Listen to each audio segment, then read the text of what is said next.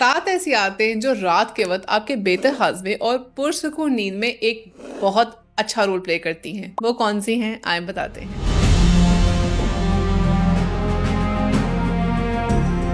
रात का वक्त सिर्फ आराम का नहीं होता बल्कि आपकी फिजिकल और मेंटल रिकवरी दोनों सबसे ज्यादा बहुत अहम होती हैं।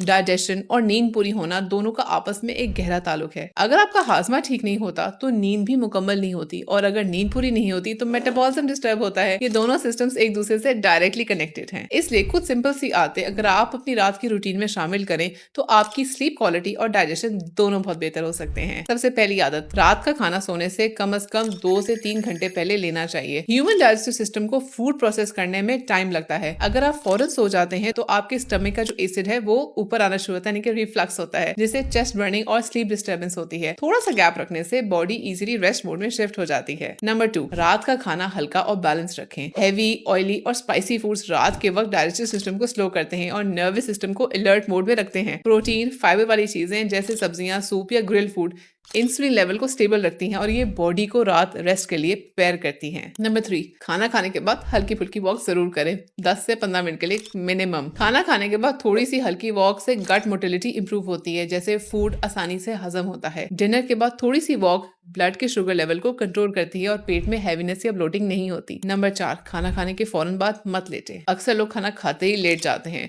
इससे एसिड के रिफ्लक्स का रिस्क बहुत बढ़ता है। सही तरीका ये है कि खाने के बाद कम से कम 20 से 30 मिनट तक थोड़ा बैठ जाएं या थोड़ा चल फिर लें तो ज्यादा बेहतर है। नंबर 5, शाम के बाद कैफीन और स्टिमुलेंट से परहेज करें। कैफीन एडिनोसिन रिसेप्टर्स को ब्लॉक करती है और एडिनोसिन ही वो केमिकल है जो नींद के सिग्नल भेजता है। अगर आप शाम या रात के वक्त चाय, कॉफी या एनर्जी ड्रिंक्स लेते हैं तो ब्रेन एक्टिव रहता है और एनर्जी डिले होती है। नंबर 6, खाने और सोने का स्केड्यूल फिक्स करें। बॉडी की एक इंटरनल क्लॉक यानी कि सर्काडियन रिदम तभी सही काम करती है जब आपका रूटीन कंसिस्टेंट हो, और हर दिन एक ही वक्त पे डिनर और एक ही वक्त पे सोना डाइजेस्टिव एंजाइम्स और स्लीप हार्मोन को टाइम पर रिलीज होने में मदद देता है। 7, रात के वक्त ब्लू लाइट एक्सपोजर कम करना। मोबाइल, टीवी और लैपटॉप की ब्लू लाइट मेलाटोनिन हार्मोन्स को सप्रेस करती है और मेलाटोनिन ही वो सिग्नल देता है कि भाई अब सोने का वक्त हो चुका है। अगर आप सोने से 30 मिनट पहले स्क्रीन से दूर हो जाएं, वो भी मिनिमम मैंने कहा है कि 30 मिनट, तो बॉडी नेचुरली स्लीप मोड में आ जाती है और नींद गहरी होती है। ये छोटी छोटी 7 आदतें हैं, लेकिन